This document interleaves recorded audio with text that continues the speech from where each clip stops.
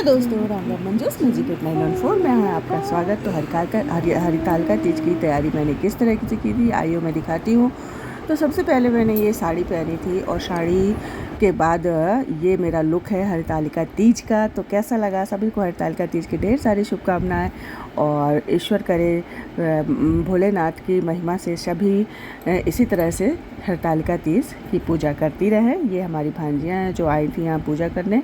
तो ये था मेरा विशेष लोग, तैयार हों और फ़ोटो ना हो ऐसा हो नहीं सकता। तो ये देखिए पूजा की पूरी तैयारी हो गई, हम पूजा के लिए निकल रहे हैं। पूजा करने हम घर के सामने जाते हैं, एक दीदी हैं उनके यहाँ। तो चलिए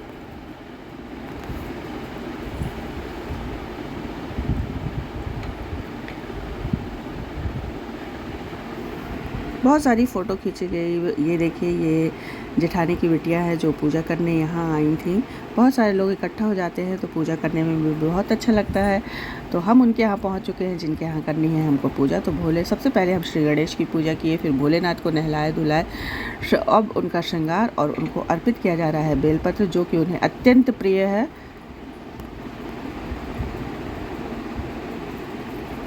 तो फिर से एक बार आपको हरितालिका तीज की ढेर सारी शुभकामनाएं और श्री भोलेनाथ की कृपा पर बनी रहे। तो ये देखिए हम लोगों ने पूजा की है, इतने सारे लोग मिलकर किए हैं। और सब कुछ चढ़ाने के बाद प्रसाद, भोग, फूल, माला, दूध, दही सब कुछ चढ़ गया है। अब उनको लग रहा है भोग, फल, खीरे का भी महत्व है। हरितालिका तीज में खीरा भी चढ़ाया जाता है और खीरा को खाकर ही इसकी शुरुआत की जाती है और खीरे से ही इस व्रत का पालन किया जाता है। तो ये देखिए मिष्ठान जो घर में बने हैं, जिसमें गुजिया विशेष रूप से रहती है, मीठा,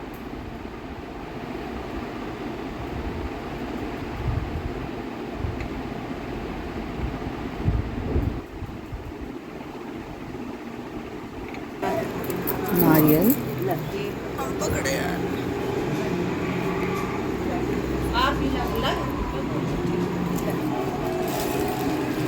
सब कुछ अर्पण करने के बाद माँ गौरा को करेंगे श्रृंगार का अर्पण, जिसमें काली चूड़ियों का विशेष महत्व है।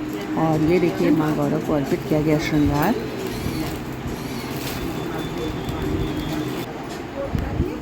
जय माँ, सभी के सुहाग को अखंड रखना।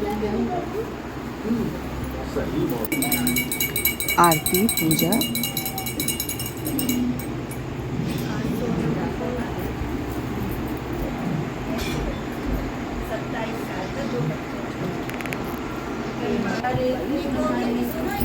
तो चलिए अब हो गई है भोलेनाथ की पूजा। रात जागरण करना है, इसलिए अब किया जाएगा भजन और सभी महिलाएं मिलकर आपस में करेंगी यहाँ पर भजन। बिना भजन के तीजा की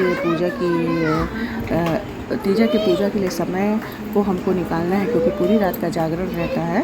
तो भजन करना अनिवार्य है। तो महिलाओं का ग्रुप शुरू हो चुका है भजन करने के लिए। तो सारे भजन आपको सुनाऊंगी, जिसमें एक अत्यंत प्रिय भजन था अकौवा के पेड़ में। ज़रूर सुनिएगा उस भजन को, बहुत आनंद आएगा आपको।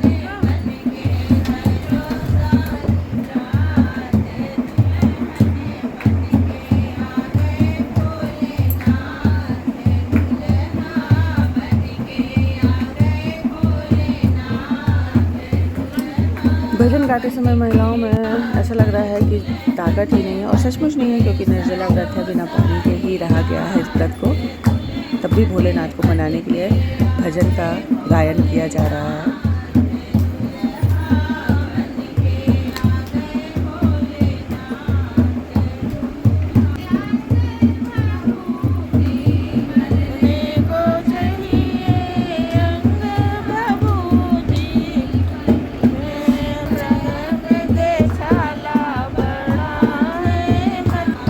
जिस भजन की मैं बात कर रही थी अकौवा के पेड़ में, तो ज़रूर सुनिएगा इस भजन को। बहुत ही मज़ेदार भजन है और मुझे तो बहुत ही पसंद आया ये भजन,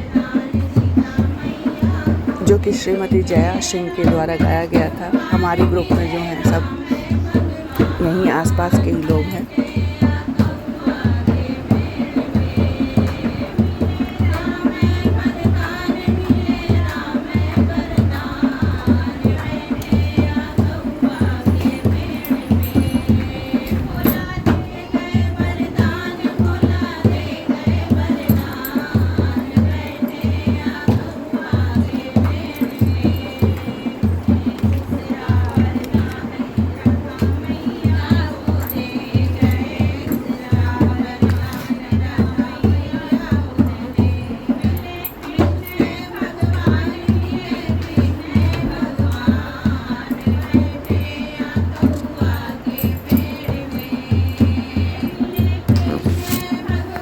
कैसा लगा आपको भजन? इसके बाद हम चले आए थे घर, क्योंकि थोड़ी थकान सी हो गई थी। अब ये सुबह का लुक है। सुबह हम 4 बजे जा रहे हैं फिर से पूजा करने, सुबह का सुहाग लेने। तो ये देखिए, ये मेरा नहाने के बाद हम लोगों ने सुबह 4 बजे का स्नान किया। उसके बाद इस तरह से तैयार हुई हूँ, और तैयार होने के बाद फिर से मैं जाऊँगी उनके घर, सुहाग लूँगी। उसके बाद मंदिर जाऊँगी।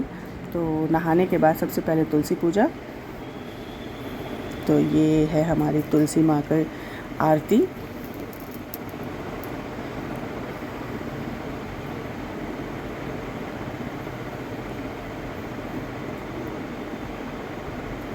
तो चलिए अब चलते हैं फिर से उनके यहाँ,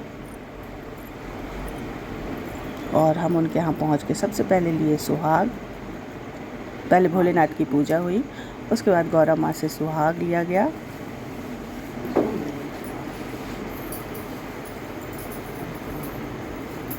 सभी बहनों ने मिलकर सुहाग लिया।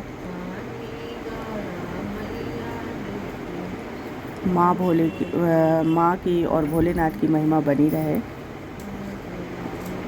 इसी कामना के साथ फिर से हरतालिका तीज की आपको ढेर सारी शुभकामनाएं। इसी तरह से पूजा होती रहे। उनका विसर्जन हुआ और ये लुक है। तो कैसा लगा कमेंट करिए। धन्यवाद।